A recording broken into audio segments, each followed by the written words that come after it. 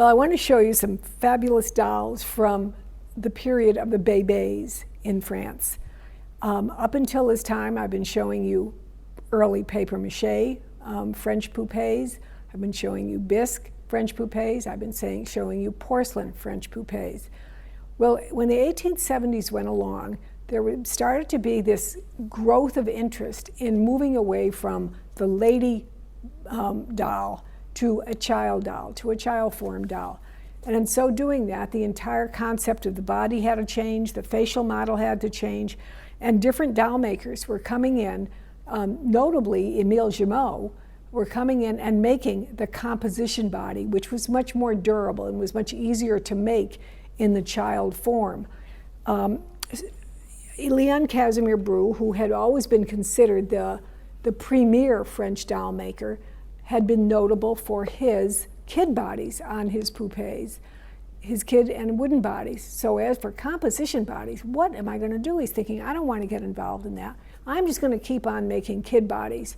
I'll make the child doll, but they're going to have kid bodies. And he did do that. It is only as the 1880s went along that he finally determined that he would make bébés with wooden bodies or with composition bodies. But his early models all have the kid bodies. And we have some great examples in this particular auction to show you.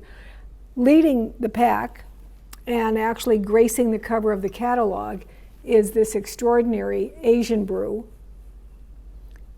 with what is always to be desired in these particular models, absolutely flawless bisque. Glowing amber complexion with just a touch of blush on the cheeks, beautifully painted eyes. Everything about her is absolutely wonderful. Now, Bru never mentioned Asian dolls in his advertising, so it is very, very likely that the doll was only created on special commission, and again, either for international travelers or to appear at an international exhibition. And so we have here a very beautiful example to show you that graces the cover, and I want to turn her all the way around so you can see the back of her costume as well. Her splendidly folded obi is at the back. She has embroidered slippers. She has a fan tucked into her obi sash.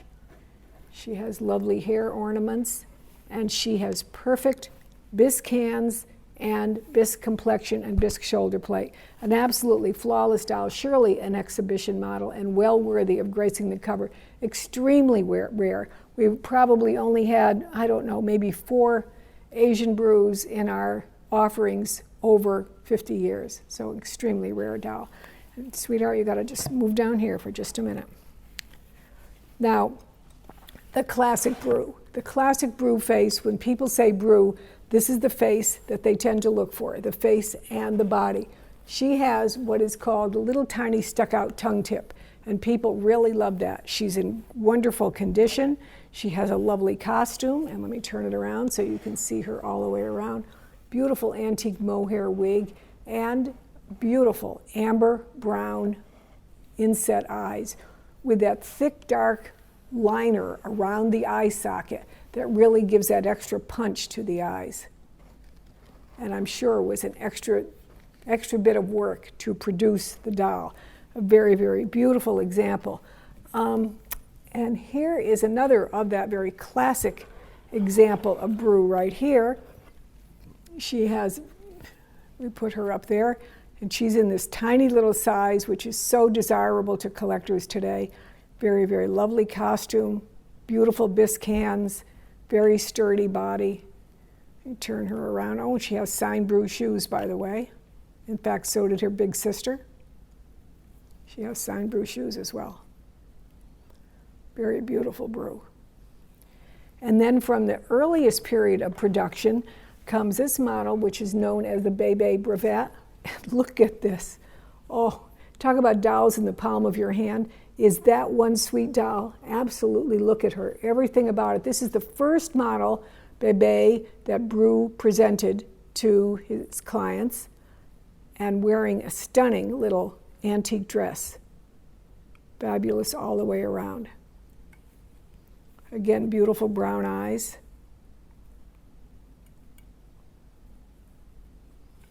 Very gentle. The Brevet face is my favorite of the faces because it is very, very sweet. It's very soft and very calming to have it. And there is another example of the Brevet in this auction, which is this little girl right here.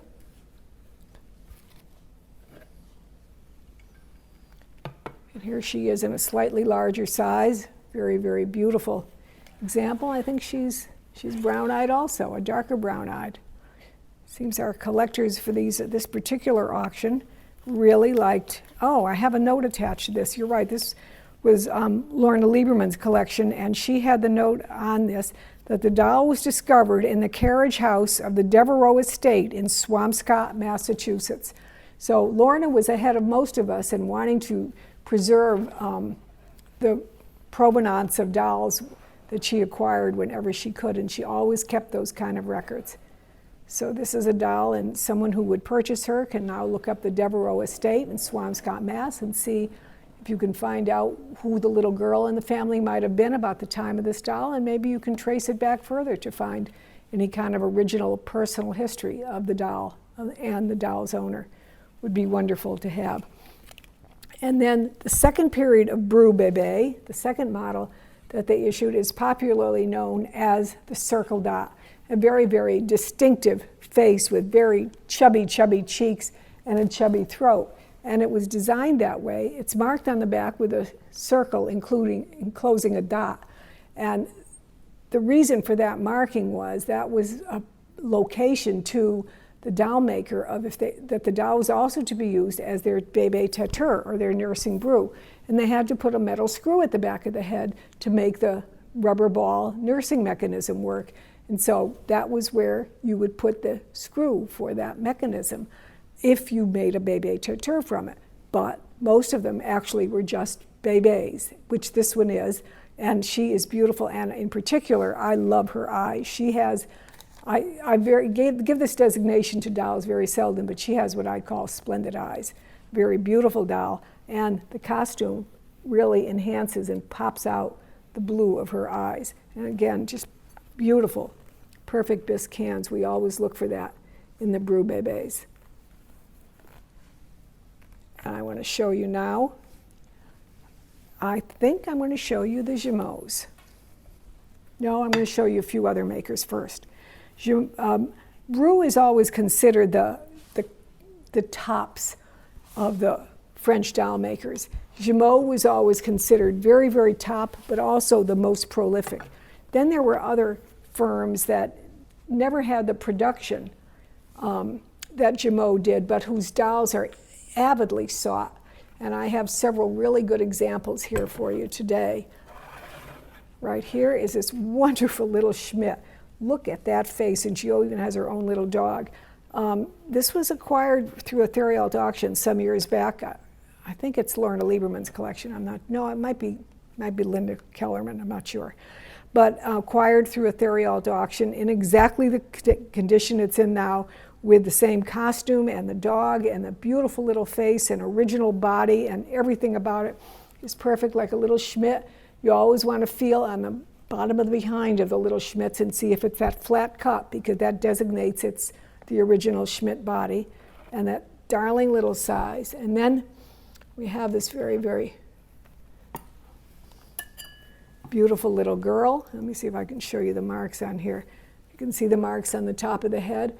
And this is the FG, and it has, whenever you see the early block letters like that, that means it was early production. So an early production FG. And she is on swivel head, on the bisque shoulder plate, and the early kid body, which is very, very desirable, because it means, again, it's one of the earlier models. And look at those bisque hands. They're works of art. They really are, how they're sculpted. Look at the palm, even the little inside of the palm. It's so beautiful. And that face. Okay, and then just sticking with other makers just for 1 minute, we have the tiniest.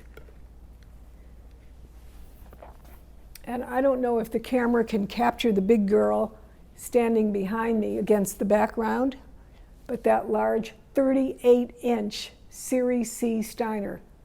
Very, very rare model and very rare size. So we have the tiniest, and we have the tiniest and the grandest, and several other beautiful Steiners are offered in the auction as well, or other doll makers.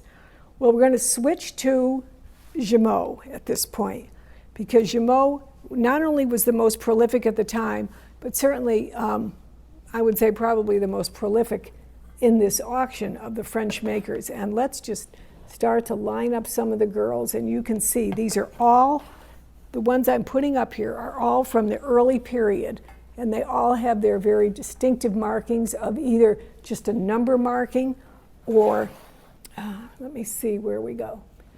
All right, this little girl, this one is actually a TEP model, but I put her up here with this group because she's a size 1, and you just simply never can find a size 1. Signed shoes, original wig, original chemise, and definitely the category of splendid eyes.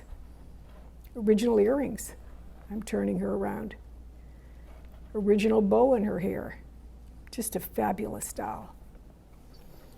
This one has, again, splendid eyes. Look at her, those big, I don't know, for a while collectors were calling them, I forgot what they call them, wraparound eyes, which I always think is kind of a weird term, but it certainly falls in this category of big, oversized eyes.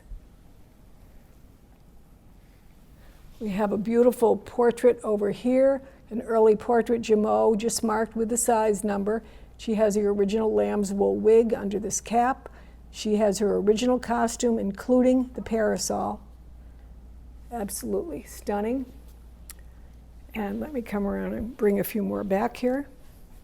This is a beautiful early doll. What you cannot see, because she has her original dress, what you're not able to see is that she has the rare all wooden, fully articulated body. This Jumeau made this, and it was almost like experimental, because you find them so seldom that you don't find them at all. But I will tell you the one thing, that rare body is being covered by a fabulous early original dress and bonnet.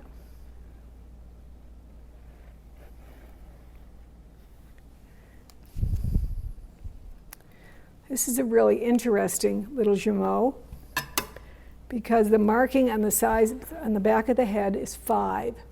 And if you look at the doll carefully, you will see that the face, the minute I say it, you'll see it will pop up to you. It's a poupée head, and it probably was originally designed as a poupée head, but we've had enough of these appear that I'm inclined to think that it's not something that was added later on, that was changed later on, but that the Jumeau factory actually offered some of these early poupée heads as bébés, and that would account for the marking number 5 on the back of the head. It's a beautiful doll, regardless, a beautiful doll in a nice little petite size. Absolutely wonderful. And then another petite one. Let me see where she's hiding over here. I have 2 of them right here to show you. This is a very, very lovely early doll, and I want to show you her markings. Okay, so I don't know if the camera can get that low, but it's marked 6X on the back of the neck, and that X mark has shown up on a size 9 and on this size 6. I don't know if it's shown up on other sizes, and it's kind of a mystery. We don't know what that X designates. Was it a particular model? Was it made for a particular commissioned? We just don't know, but she has beautiful costume, wonderful early shoes. She's a great doll. And then, look at you. Wow. Early, this is all original. I don't think the dress is original, but the head, the body, and the wig, all original, premier, tiny bébé Jumeau. Just grand in every way. The way the eye cuts are made, they're slightly irregular because they were just learning their trade.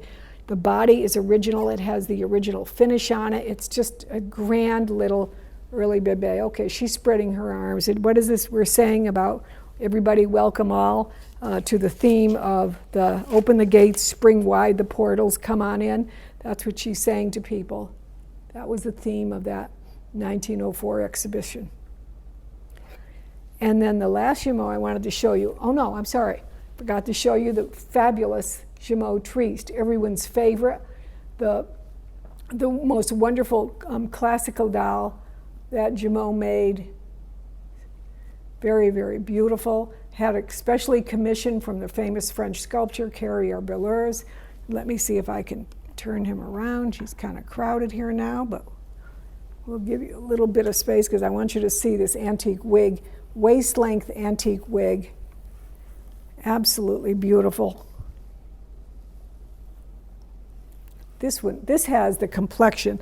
The Tristes they just go so many different ways of complexion and the gentleness or hardness of the painting. And this is a 5-star in every way. Okay, beautiful antique costume. Mint body, original finish, everything about it. Just look at that face.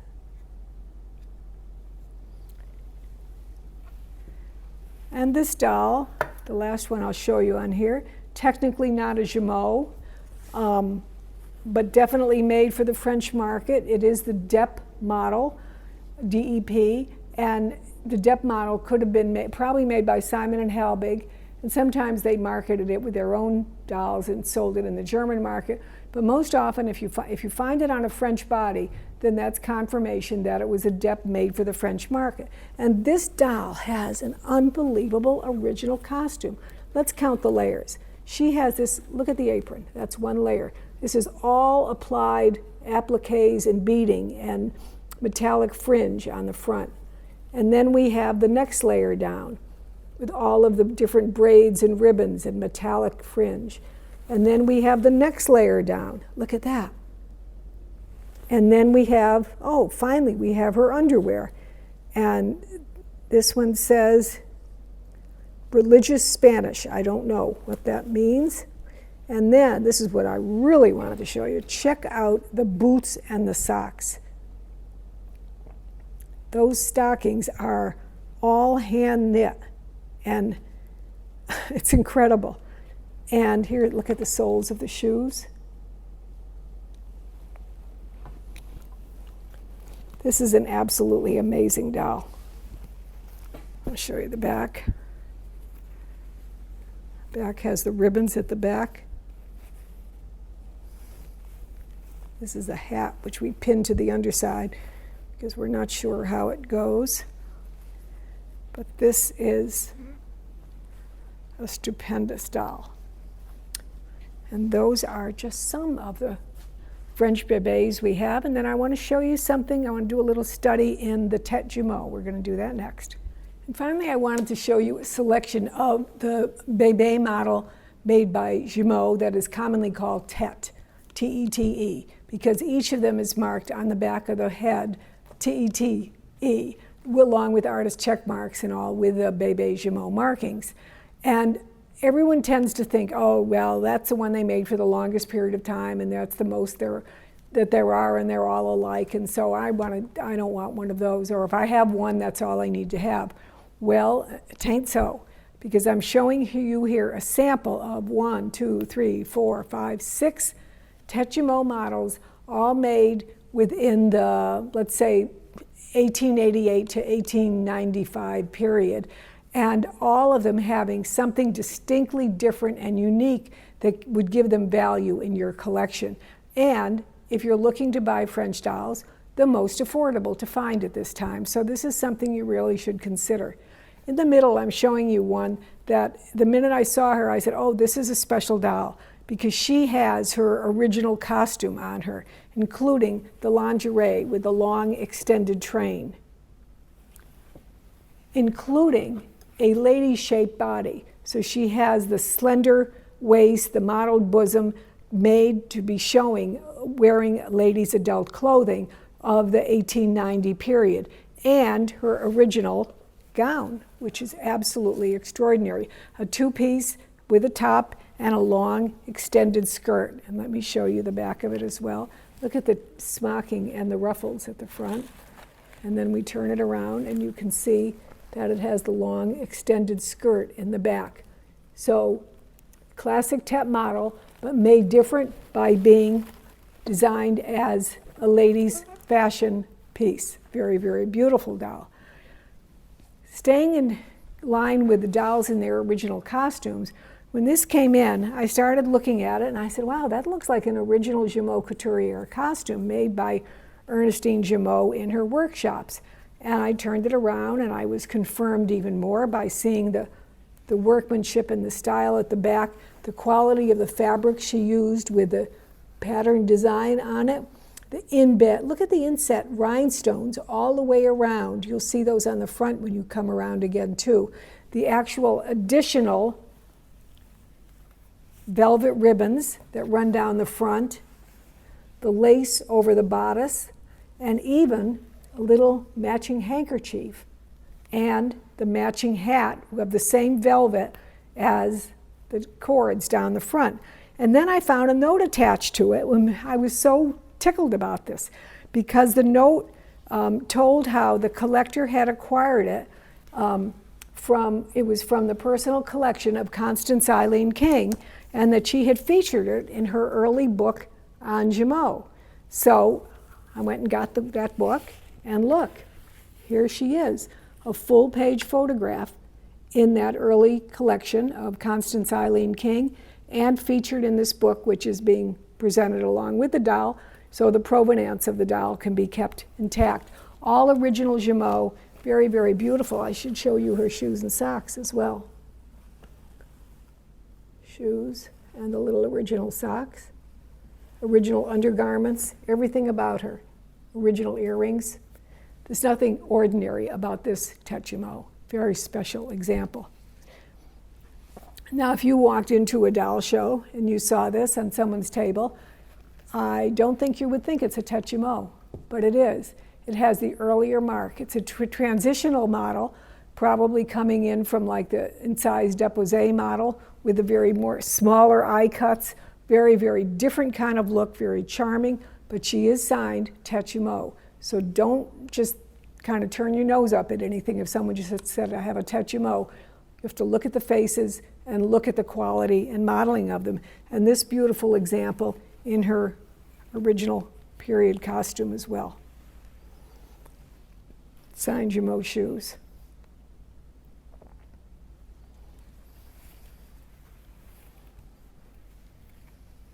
Okay, and then we have discussed her already.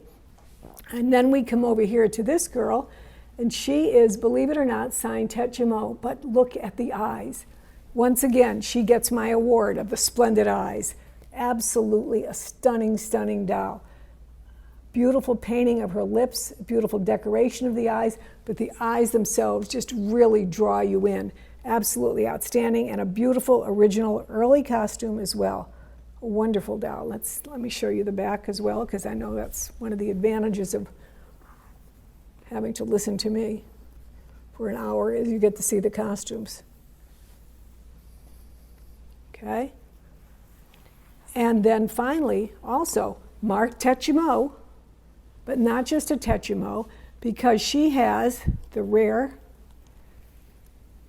earliest patented Jumeau sleep eyes that worked with a wire lever at the back of the head. But she signed Tet Jumeau, the red stamp. And let's turn it around. Let me just show you how it works. Metal screw, the eyelids would open and close like that, the eyelids lower. I cannot imagine